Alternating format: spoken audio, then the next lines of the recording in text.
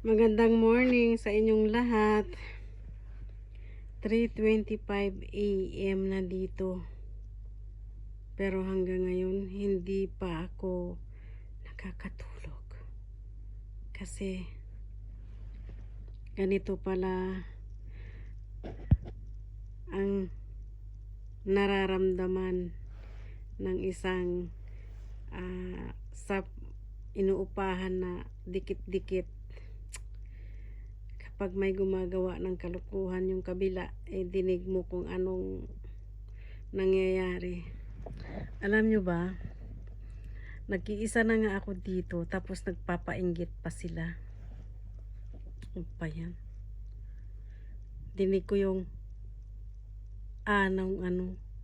yung babae, parang hirap na hirap.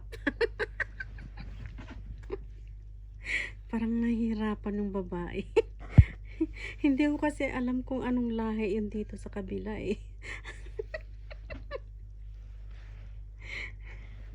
Pati yung higaan, nahihirapan yung higaan kasi nauuntog. Nauuntog sa wall.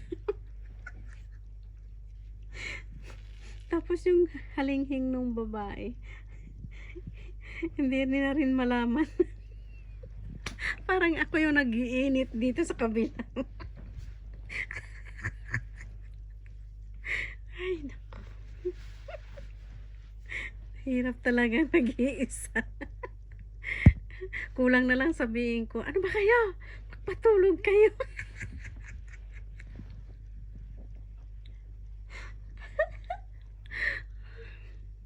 Tapos parang akala mo naghahabulan sila sa nag-uuntugan yung lahat ng doon. Parang dinig na tinig mo talaga kahit yung kumot, yung kapit, yung may kumakapit.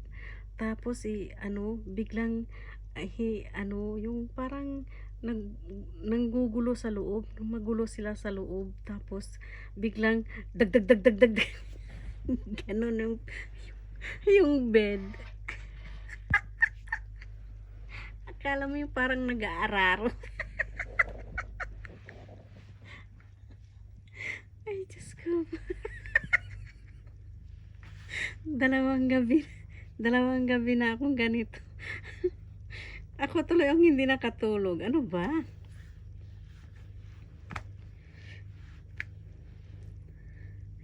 Wala akong maririnig, puro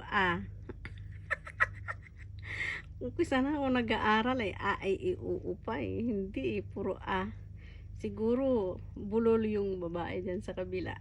Puro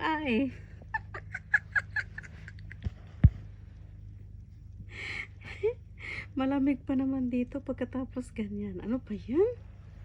Malamig. Parang nainitan ako. Parang gusto kong mag-aircon.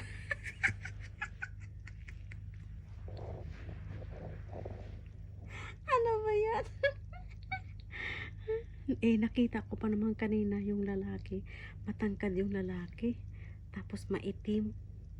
Pero may tsura. Pero yung babae, hindi ko alam kung ano.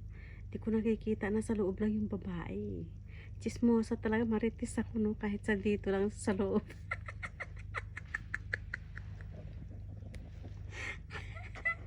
Ay naku. Relate ba kayo sa mga ganyan? Nangangati tuloy yung tenga ko sa ganyan Ano ba yan?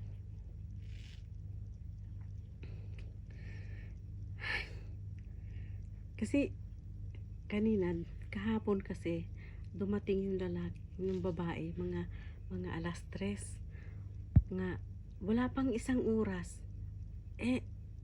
parang nagrarambulan na agad sila doon.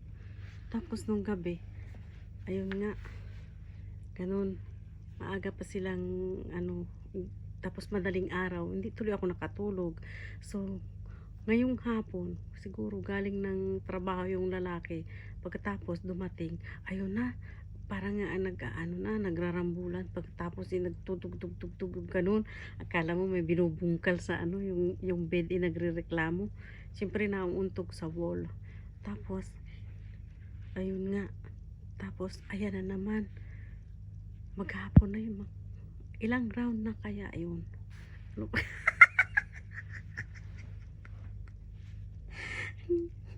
Sa sunod nga, pagbalik ko dito, hindi na ako hindi ako mag tira sa ganito kasi kaya lang naman ako ganito para makamura ako, hindi pala, para mapamura pala ako.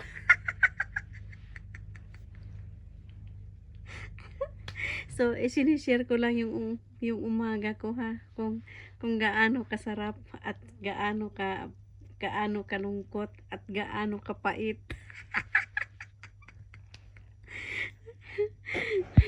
Sa malamig na panahon na nag-iisa. Kaya talaga, oh, ayan ha, nasharean ko na kayo. Good morning, at matutulog na ako kasi tahimik na sila.